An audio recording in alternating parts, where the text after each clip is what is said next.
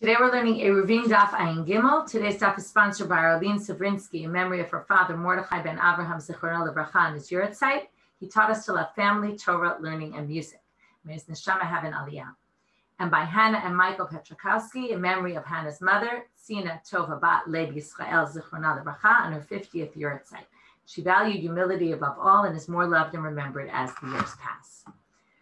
We're going to start with, I'll just quickly review the Mishnah that we started yesterday.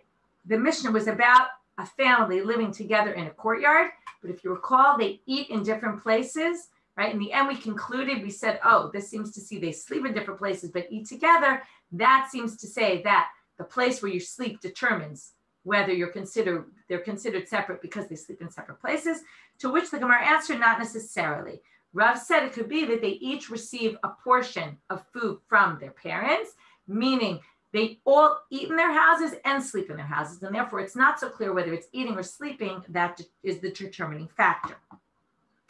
Then we're going to start with this machloket Rav and Shmuel, 2 lines from the end of the daf.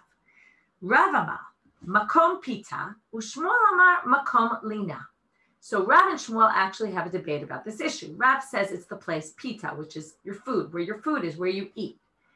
The Shmuel says it's the place where you sleep. Meitive. Now we're going to ask a question on Rav from the following Brighton. If we say it's the place where you eat, that seems to contradict the following source. Haroim, v'kayatzim, v'aborganim, v'shomrei peirot. These are all people who live out in the fields. Okay, the shepherds, the ones who watch the figs on the trees, the ones who watch the fields, the ones who watch the fruits. When bisman shedarkan lalim ba'ir, if they sleep every night in the city. Now, by the way, I should have told you, but we're moving topics to eruv tchumin. Okay, we see sometimes we switch back and forth. We're now back to how far can one walk on Shabbat. So if you live out in the fields and you're in the fields when Shabbat starts, but then you go home and then you go home to your house and sleep in the city. So even though when Shabbat started, you happen to be in the fields, really your makom that your tchum is determined from how far you can walk on Shabbat is from your home because you sleep there. But obviously, if you sleep in the fields, then your tchum will be determined from wherever you're sleeping. So here you see, it goes by where you sleep and not by where you eat, and that seems to go against Rav. So the Gemara says they use what's called an anan sahadeh. Anan sahadeh literally means anachnu mi'idim, which means we testify. What it really means is, it means if you would ask anybody, they would all agree. It's one of these things, it's kind of like saying, it's obvious to everybody that if you invited all of the world to testify, they would all say the same thing on this topic. Anan sahadeh, di'imimatu lehulifta, hatam, if they brought your bread there, tfein nichaluhu. In other words, the people who live out in the fields, where do they eat? They eat in the fields. Do they want to be eating in the fields? No. They'd much rather be eating in their houses. So the fact that they eat in the fields, right, and they sleep at home, and you think the determining factor is sleep, no, it's not the case. It's the fact that they sleep at home and they much prefer to eat there, even though they're not eating there, that considers it the place of food also, because they prefer to eat there. Okay, it's only by default or because they have no choice that they're eating out in the fields, but they wouldn't really want to be eating out in the fields if they didn't have to. So that's an interesting option. It's saying kind of because they prefer that, it's almost as if that's their place of eating. Because if they had the choice, they would choose to eat at home. So that becomes their place of eating and their place of sleeping, which shows that we can't determine from here whether we hold like Rav or Shmuel. So Rav Yosef says, okay, remember, Rav said makom pita, where you eat. Amar Rav Yosef, lo shmiya li hashmata. I don't know what you're talking about. Right? I never heard Rav say this. Now remember, Rav Yosef, when he got older, he forgot a lot of his Torah, and who usually reminds him? Abaye. So Amar le Abaye, ata martni alan, v'ha martni alan. You said this to us, and you said it on the following source. Ha'achim shayu achlim al shulchan avihen v'yishenim bebatehen. Brothers, right? Family members who all eat at their father's table. V'yishenim bebatehen, but they sleep at home. Tzrichin eruv lekol echad ve'echad. Everyone needs to join the eruv. Remember, separately. V'amrin alach, and then we said to you, exactly as the Gemara said before, Shma mina makom lina golem. Can we prove from here that it goes by where you're sleeping because they all ate at their parents' house? You said to us, no, you can't prove from there because Amar Rav Yehuda Amarav b'mikable pras shanu. There it's talking about that they each get food to bring home. So what do you see? Rav said you can't prove from there makom lina golem, presumably because Rav didn't hold makom lina golem. Rav said it was all about the food. And in this case, this is the case where the parents gave the food to the children every night. The kids brought the food home. They ate it in their own homes. And that's why they each have to give their own eruv, because they're each considered distinct because they eat there. So Rav Yosef, how could you say you never heard Rav say this when you yourself taught us in the name of Rav? In order to explain that Mishnah, you have to explain it's not makom lina, but it's makom pita. So therefore, okay, that's the end of that. Tanu Rabbanan. Now we're going to have another case.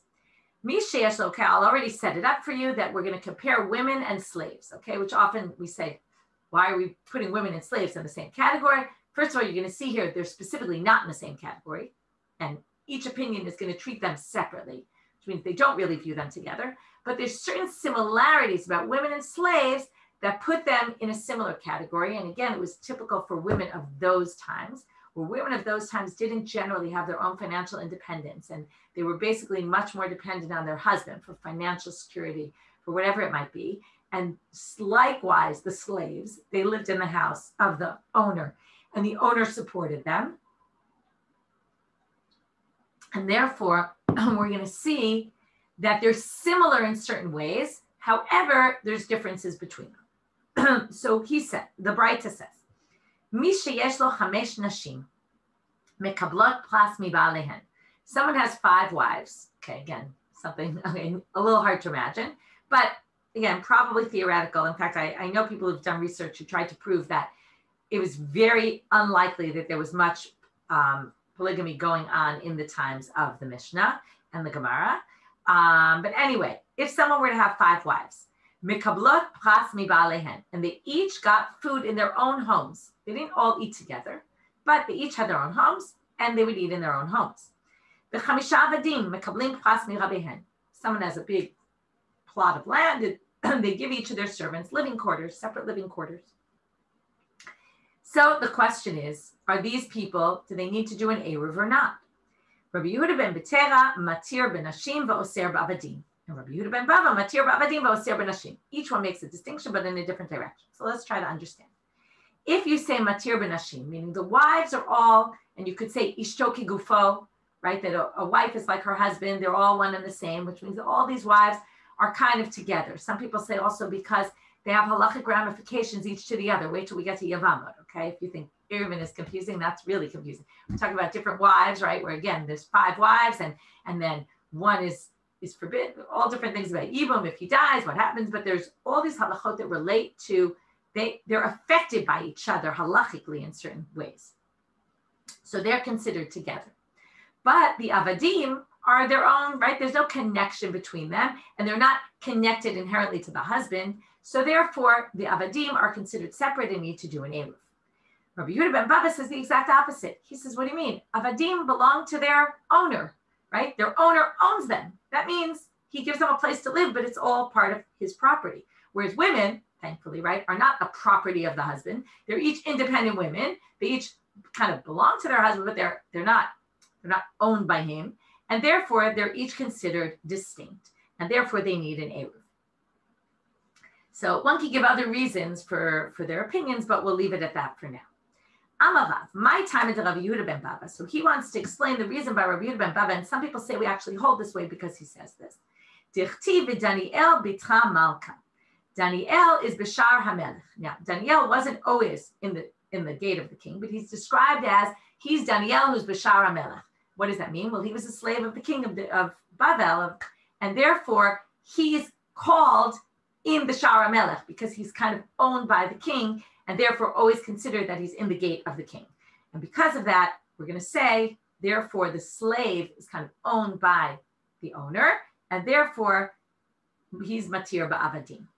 Okay, the Rambam, interestingly, paskins like both. I think he says, I have to remember, there was a good footnote in the Quran that described that. I didn't have a chance to look it up, but let me just look at it for a second. I wanted to point it out. It was interesting. he says that the Rambam follows the lenient ruling of both sages.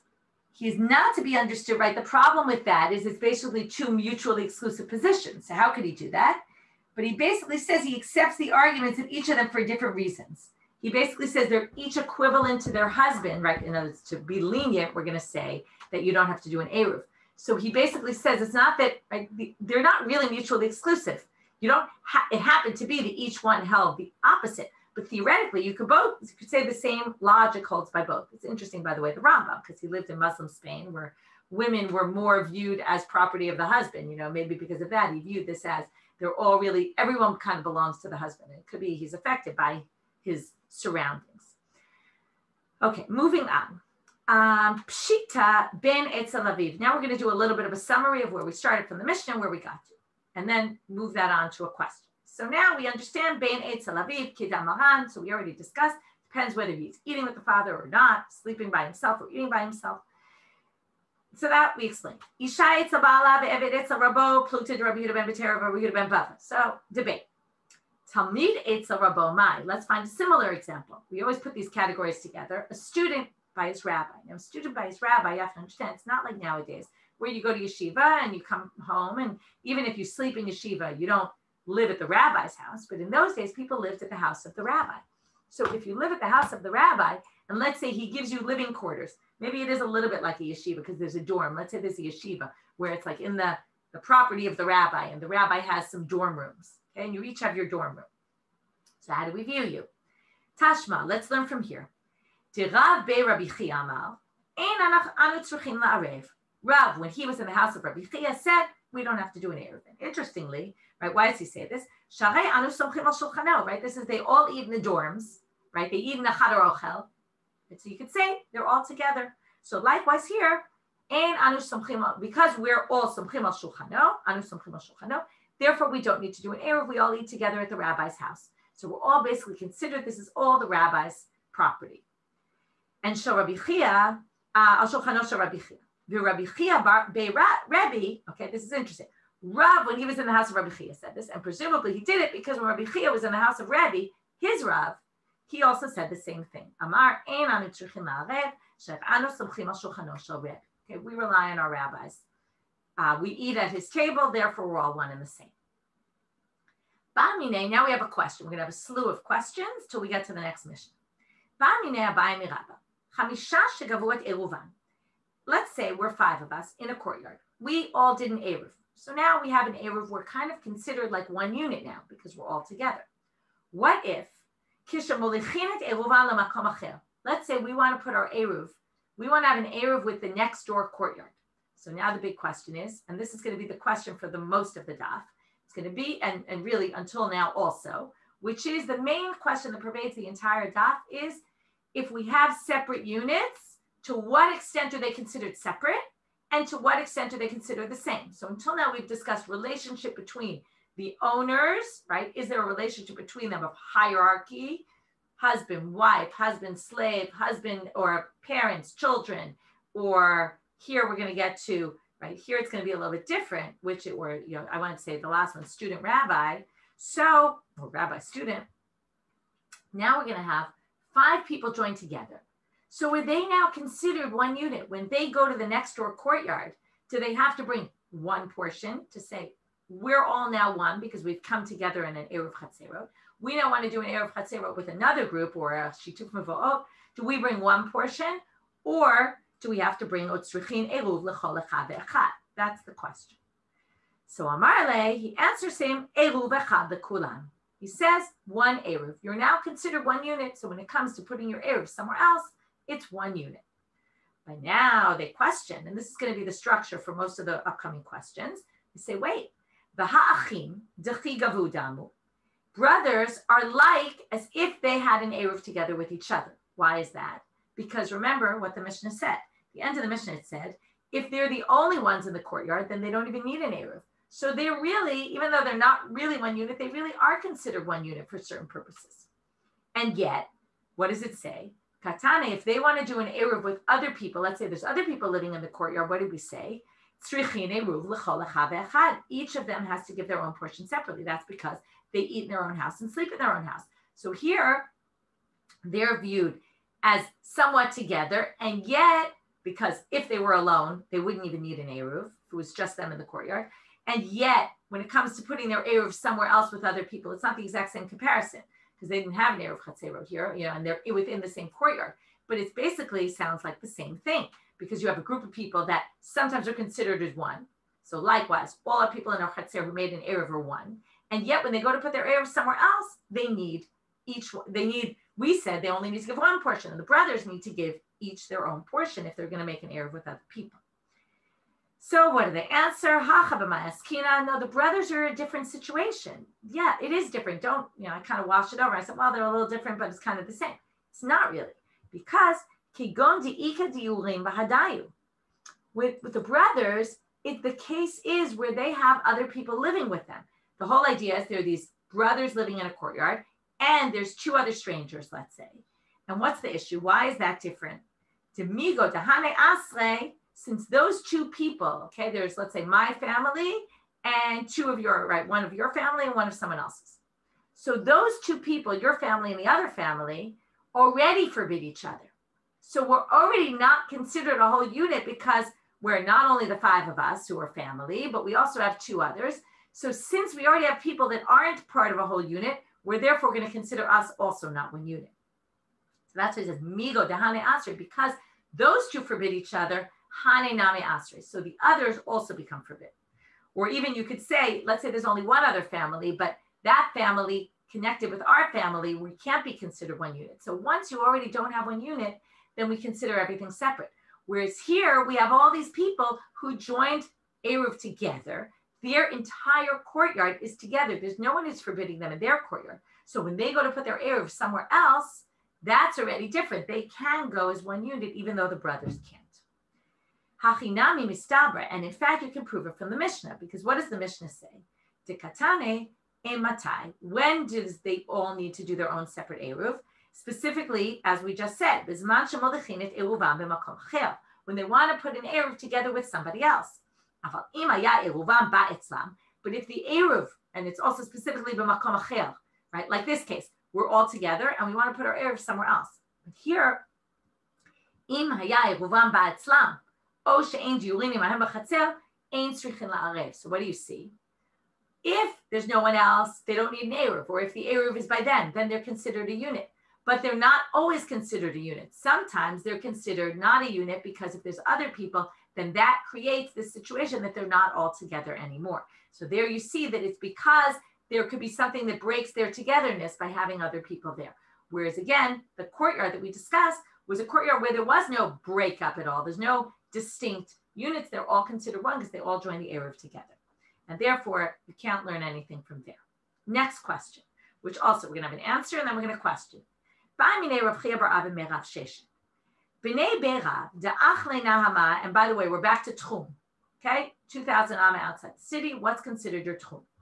So we have these people, the students, they eat out in the fields, but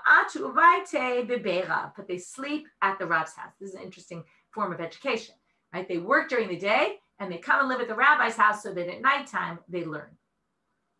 So basically, they eat their food in the fields, but they sleep at home. So now, this is very similar to what we saw at the beginning of the page, which is, where do we measure the tchum from? It's really the same kind of case. Because again, these are people who live in the city, but hang out, right, and eat in the fields. So they say we measure it from the rabbi's house, which matches what we saw at the top of the daf. So now they say, Vahare, but wait, we can compare this to a different case and show that this is a problem. Why? Let's say I want to go to your house and your house is far from me, more than 2,000 amma. What do? I put my Eruv down somewhere random, right? In the middle, on the way, not really random, but I put it in sort of in the middle of nowhere, within 2,000 cubits from my house where I'm allowed to walk on Shabbat. I put my Eruv there, and what does that do? Remember, that gets me the ability to walk another 2,000 cubits from that spot. But where do I sleep? I sleep at home. I don't sleep where my food is. So that seems the exact reverse. If I put my Eruv b'toch ha'payim ama, within 2,000 cubits of my house, va'ate uvayit bebeite, but then I go and I sleep in my house. Now, what did we say? The students who have the food in the fields, but sleep in the rabbi's house, it goes by where they sleep. But if I put my food down in the middle of the field or wherever it is, and I go home and sleep, where's my Eruv? Where I put my Eruv down, where my food is, not where I'm sleeping. So that seems to contradict, right? We count my tchum for my Eruv. So again, we're going to bring in anan sadeh. This is an unfair comparison. Why? Because one is where I didn't do any sort of Eruv intentionally, and the other, I actually put an Eruv. So my Eruv proves that what was I looking to do? So let's read. First, the Gemara says a little intro line, Bahu anan sadeh ubahada anan sadeh. We can use the anan sadeh principle in both of these cases. Again, anan sadeh means it's obvious to us, right? Anyone can come and testify about these people and know what they're thinking in their minds, right? Which is a fascinating thing. How do you know what someone's thinking in their minds? But this is what the Gemara tries to do many, many times, which is think about what's going on in their heads. And actions can kind of prove that. And that's what they say. Bahu anan sadeh di'i mitar derle hatam nichale. When I want to go to your house on Shabbat, and your house is far from me, ideally, where would I rather sleep? If I'm going to walk to your house tomorrow and it's a long walk, I'd rather sleep midway. I already got to here before Shabbat. I may as well sleep here. In other words, let's say it like this. All things being equal, right? In other words, if I could have my family here and I could have a roof over my head and I could have all these things at the house, I'd much rather be there so I could be closer to where I want to get to. But all things aren't equal and I don't have a place to live and it's randomly in the middle of nowhere and therefore I'm not going to live here. But theoretically, if I could, I really want to live there for Shabbat. Ubahada, and therefore, that's my place of residence. But Bahada, in the other case of the students, obviously, this is what we said at the beginning of the daf. If I had a choice of eating out in the fields or eating at home, I'd much rather eat at home, right? It's fun to have a picnic once in a while, but on a regular basis, you'd much rather be eating in your house all the time. Again, with the roof over your head. Certainly if it's dark out, it's harder to have a light in the dark. Anyway, they'd rather be eating at home is the assumption, and therefore it's determined for them that they count from the house. Another question. By Rami Bar Chama me Rav Chisda. Avu b'no harav b'talmido. Now we're going to have three questions here. Well, again, we're back to this relationship between father and son or rabbi and student. So now we're putting them together. What's the situation? We're going to have three questions here, and you have to know other Mishnayot to understand the questions. Ki rabim damu or ki yichidim damu. There's a debate about what exactly this question is. I'll read you from Rashi. Rashi dibor matchil ha'avu b'no harav b'talmido ki rabim damu or yichidim. This is based on Mishnah and Ayin Hey. We'll see in 2 days. We're talking about, remember, the inner and the outer courtyard, and the inner courtyard passes through the outer courtyard, and therefore they're forbidden to each other, and they have to do an eruv between each other. And there's different situations upon which they forbid each other or not. We're talking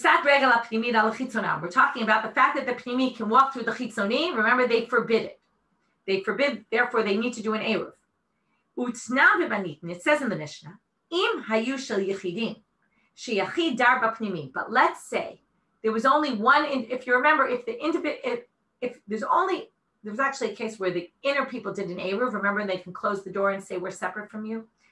But if there was only an individual living in the inner courtyard, that means that individual can obviously carry in the inner courtyard because the outer person doesn't really come into his courtyard, and there's only one person. He doesn't even need an eruv. So if it was an individual that lives there, and this is the term we used last time. We said regel ha'oseret bimkoma, oseret she'ena bimkoma, right? If the two of us in the inner courtyard don't do an eruv, then we also can't carry, right? We forbid the outer ones, even if they did an eruv, or the reverse. But if there's only one person living in the inner one, it's a regel ha'muteret bimkoma. I'm allowed to walk in my space.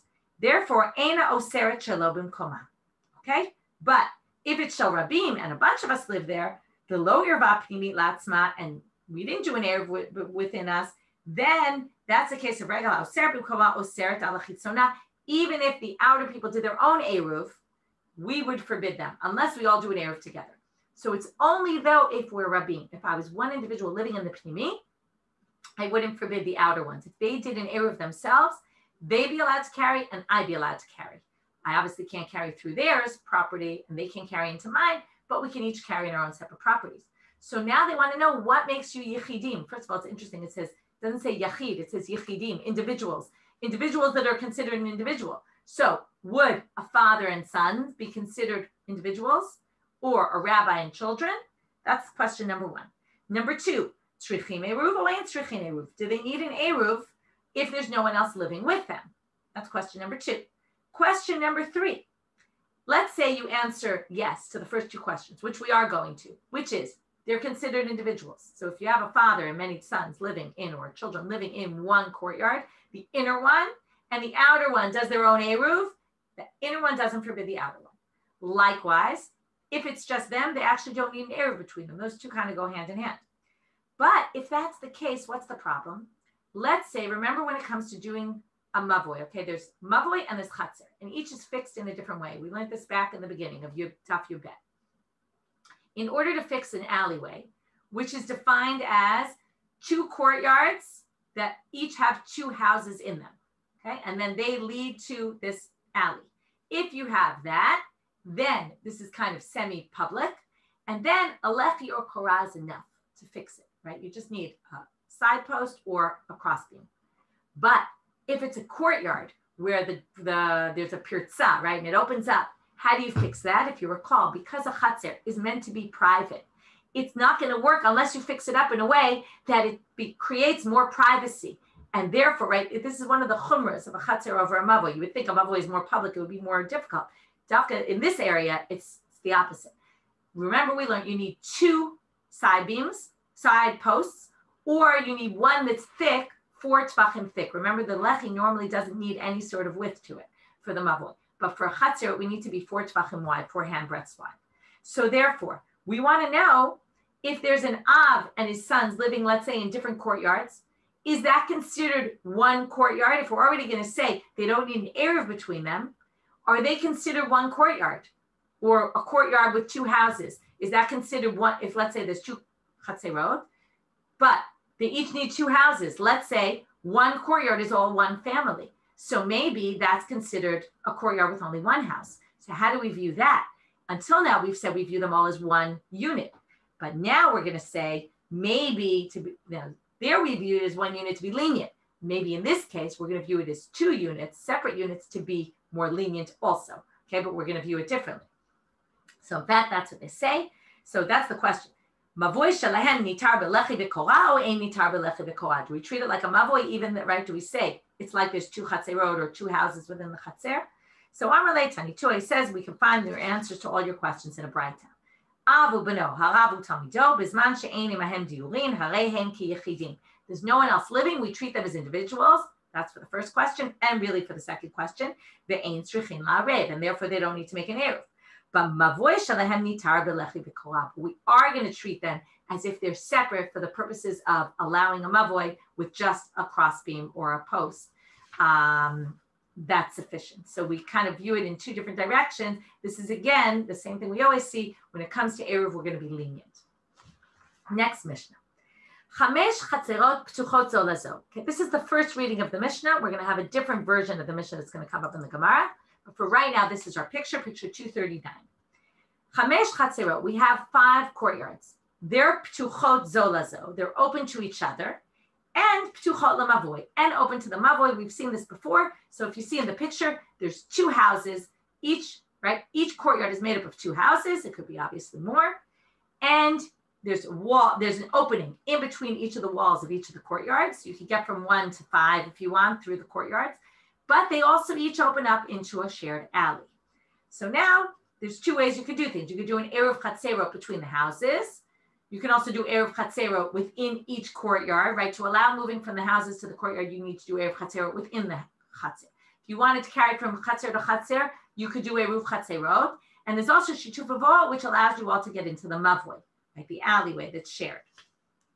So if you have this structure, we're now going to have 4 cases, and this is going to get a little complicated. Use the chart to help you. Right now, it's not super complicated. The Gemara is going to ask some questions on it, though.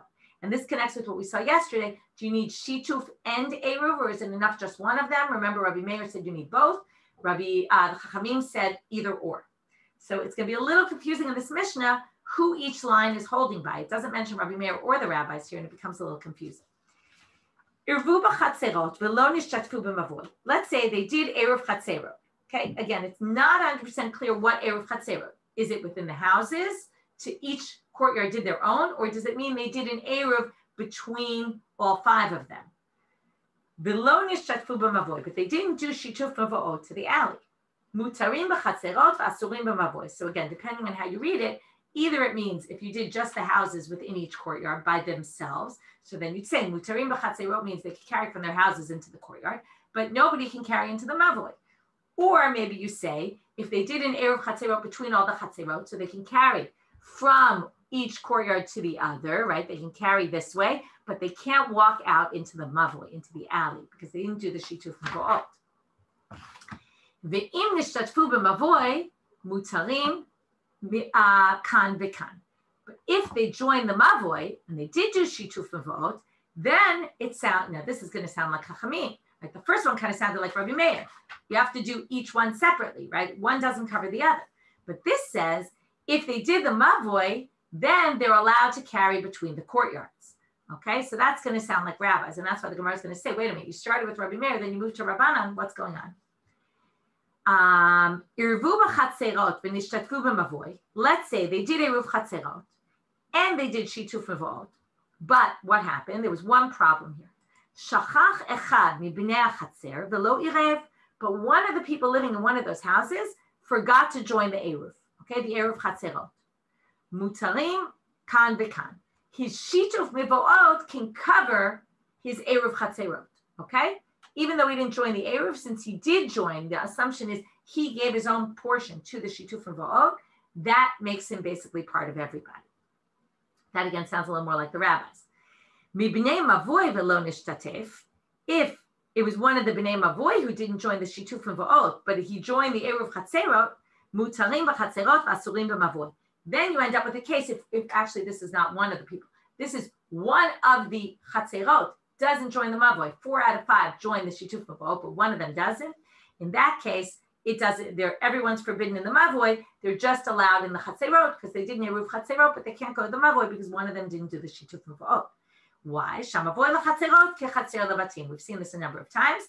The comparison, right? If someone doesn't join the chatzer, one of the houses, he messes up everyone else in the chatzer. Likewise, if someone doesn't, one chatzer, one courtyard doesn't join the mavoy, the alleyway, doesn't do the shituf, it messes up everyone in the alley. So now the Gemara is going to ask, and for this we're going to have a little bit, we're going to redefine some of the cases in the Mishnah to make sense. Mane Rabbi Meir. So this sounds like, we start off the Mishnah, it sounds exactly like Rabbi Meir. Damar bi'inan eruv bi'inan shituf, right? And therefore it sounds like Rabbi Meir who says, the first case said, they did the eruv chatzerot, they didn't do the shituf mivo'ot. They're allowed in the chatzer, they're not allowed in the mavoy because the eruv chatzerot doesn't cover shituf mivo'ot, even though theoretically, assuming we mean they did an eruv between all the courtyards, theoretically, if we're all together and we all open up to the mavoy, according to Chachamim, it's fine, that covers you because we're all together anyway, of course you can carry into the mavoy. And Rabbi Meir says you can't, so it sounds like Rabbi Meir. The problem is, Ema mitziata, but look at the next case. The next case says, Im nishatfu b'mavoy mutarim kan v'kan. If they join the mavoy and not the chatzerot, then they're allowed in both places. Well, that atan Rabbanan. Rabbanan say shituf v'vo can cover your eruv chatzerot, but Rabbi Meir doesn't hold that way.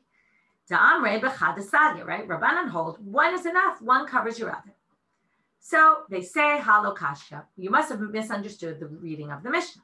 It really means as v'im nishtatfu nami kama. Case 2 is building on case 1. Case 1 says, if you did the eruv in the chatzar, but you didn't do the shituf, then you can carry between the courtyards, but you can't carry into the alley. Then case number 2 says, but if you did then do shituf v'vo'ot, if you also did shituf v'vo'ot, then you'd be mutarim kan v'kan.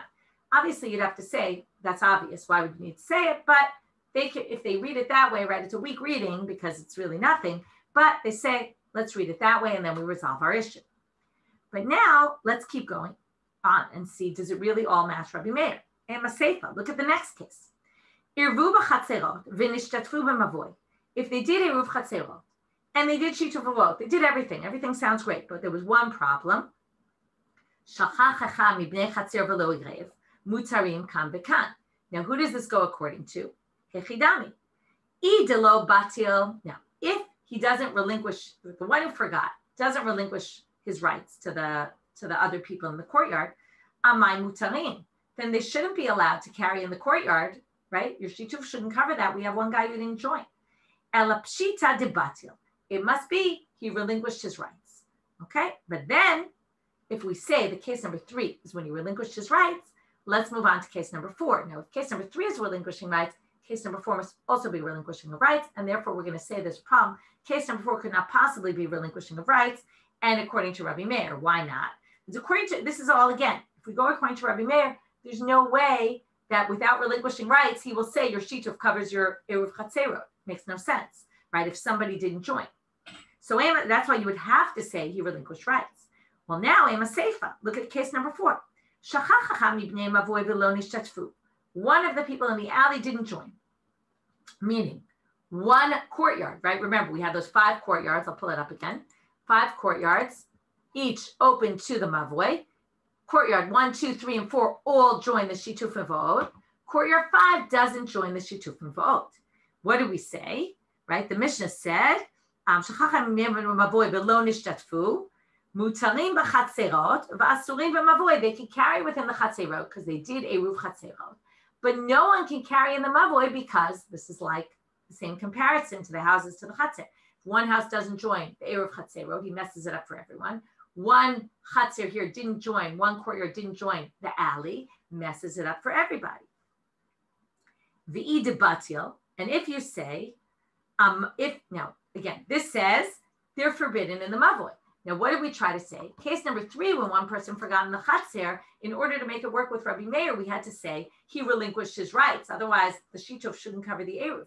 But in this case, if you say he relinquished his rights, idebatil amaya surim b'mavoi. If the whole 5th courtyard relinquishes their rights to all the other courtyards, then it should be allowed to carry in the alley. Maybe you want to say, maybe Kasava Rabbi Meir, maybe Rabbi Meir thinks there's no bitur reshut in the mavoi. Well, Hatanya, we already learned this. This came up on Daf Samachet Amabed with Rabban Gamliel and the Nochri. It says there, Sharei Bitel and Reshuto, Divrei Rabbi Meir. Says there that Rabbi Meir says that he was Mabatel his Reshut to them. So here you have in a mavoi. There he says, yes, a Chatzer can be Mabatel Reshut in a mavoi. So if that's the case, this doesn't match Rabbi Meir either. This would be a problem. We'd have to say, Ela Pshita de lo batil. So now we have to go back and say case number 4 must be he didn't relinquish rights, and that's why it's forbidden.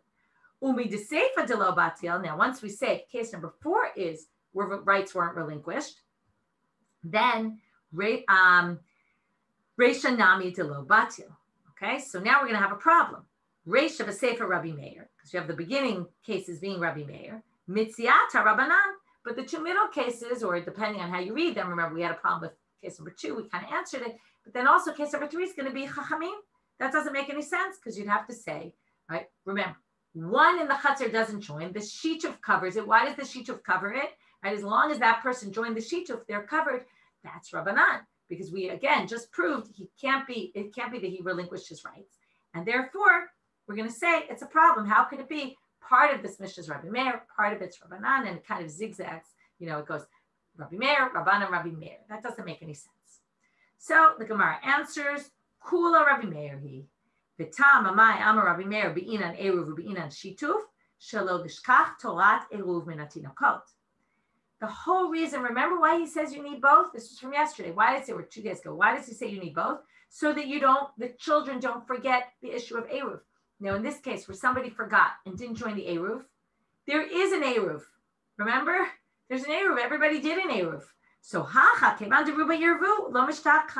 therefore, there's no reason. There we can say the shituf covers the eruv chatzerot because we have an eruv chatzerot. It's just there's a bit of a problem with it because one person didn't join. And therefore, he says it covers it. So that's how we explain it. And now we finally figured out, how to explain the Mishnah, we're now going to kind of flip it on its side. But right now we figured out that the Mishnah is all Rabbi Meir's opinion. And we have a problem with case number 2 and case number 3. And each one we explain, right? Case number 2 just builds on case number 1. It's where there is eruv and there is shituf, and that's why it works. Case number 3 is where someone didn't join. So there's a problem with the eruv and the shituf covers it because there is an eruv physically there. It's just, and that's why the kids won't forget that there's eruv because there is actually an eruv. And only reason Rabbi Meir goes there is if there's no Eruv, and that's not the case here. But now we're going to have a different reading of the Mishnah. Amar Rabbi Yehuda, Rav lo tane ptuchot zelazo. Rav's version of the Mishnah doesn't include those words. And he thinks, so what would it be without those words? It would be that the chatzerot don't open up into each other. It would be a different picture. They don't show this picture. It's very easy to imagine. Instead of having barriers between each with an opening between each of the courtyards, we now have each courtyard is closed into itself, okay? And then each one opens up into the mavli. V'chein amar Rav Kahana. Rav Kahana also said that Rav lo tani ptuchot zelazo. He brought in the name of Rav. That again, first one was Rav, and also he says Rav didn't have this version of the Mishnah. And he could Amrei. Some people say it's Rav Kahana gufe lo tani ptuchot zelazo. It wasn't he said in the name of Rav. He said in his own name. So now we have to understand what this case is. So if you look in Rashi, Rav lo tani ptuchot zelazo. It's about in the center of the page in Rashi. He says, "V'chol irvu b'chatzerot matnitin." What's the case? Irvu kol chatzer latzma. When it says irvu chatzerot, what does it mean? It means, and this is what I said before, that maybe it's they all did it together. So far we understood it, but now it's going to be each one did an eruv chatzerot in their own courtyard. But right, they're mutarim b'chatzerot. That means not that they can carry from courtyard to courtyard. It means they can carry from their houses into their courtyards and within their courtyards, but they can't carry into the alley. And then it's a totally different case. Right? It's not about if we have, right, access from one to the other or access only out, right? Or it's about access out. So now we're going to give two explanations. The first one we're going to reject. The second one we're going to keep. But the first one is going to take a little while till we reject it. So Abai says, why is this? Rav Yosef answers,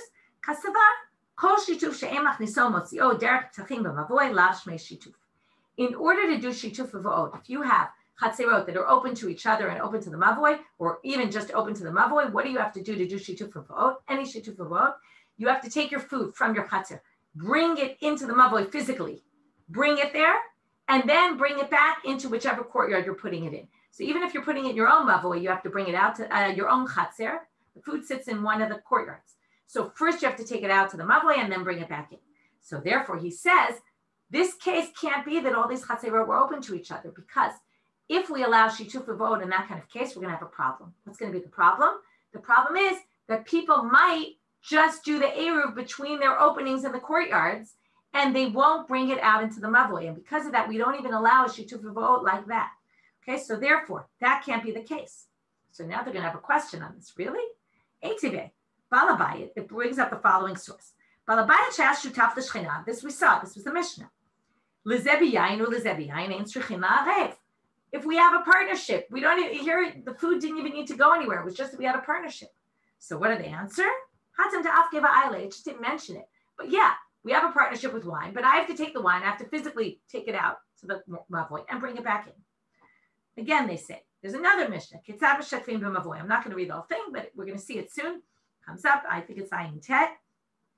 And it says, yeah, it's Ayin Tet on a bet. It also says there, how do you do it? And it says, you take, one takes the food and is mizaka for everybody. And it doesn't say he brings it out to the mavoi. So you would think it would say that if that were the case. So they say, no, they just weren't focusing on that detail. It must be, he took it out and brought it in. But matkifla, here comes the big question. You can't say this in this case. You can't answer that same answer. Matkifla Rabba Bar Hanan, Elamata, he knelo pat besilo. If I have bread in my house and I just say, this is going to work for the shituf. Hachanami, delo have a shituf. You think that's not going to work because I didn't bring it out? And if you do say it doesn't work, I'll prove it to you that it does. Rav Yehuda said the name of Rav. We're sitting eating, and all of a sudden it gets dark, and we didn't do shituf. You can say whatever, we're all eating together, the bread on our table is going to work for eruv. And some people say mishum shituf. Now, why do some people say it works for eruv? Some people say it works for shituf. There's actually really no machloka between the two people who say, one who says eruv, one who says shituf. If they were in the house, then it works mishum eruv, because eruv is done in the house. If they were eating in the courtyard and this happened, and they say this counts for shituf. So what do you see here? Shituf could be done without actually moving the food outside the mavoi, because here it was already Shabbat. and they basically make the shituf right there as Shabbat starting. Certainly nobody's taking the food out. So they say, you're wrong about this, and we have to come up with a different explanation for Rav. Ella, back to why did Rav say all these chatzerot, right? It can't be that they open to each other, and it has to be they open to the outside. Ella tama de Rav de kasaval, ein mavoy nitar v'lechi v'kora ad shiu batim v'chatzerot ptuchim l'tocho.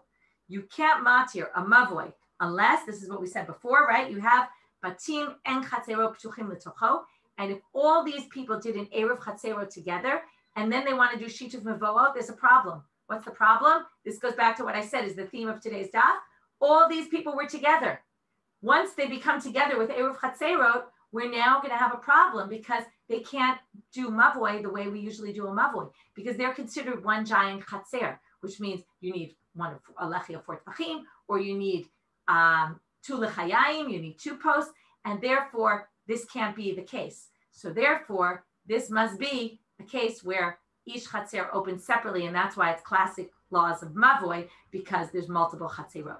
Now that has to be that your perspective is right. Obviously, the others who disagree think, no, just because we did eruv chatzerot, we're still considered different courtyards. And that again goes back to the question of how much do we view everyone together? We saw before, we can view you together somewhat, but we can also view you as separate, right? So there's this debate going back and forth, or even depending on the scenario and what halacha we're trying to get to, whether, right, again, here's again, the others who think it does work is because they want to be lenient. So they're going to say, well, you're kind of one together because you didn't err, but we still view you as separate courtyards. Physically, what do we see? We see separate courtyards.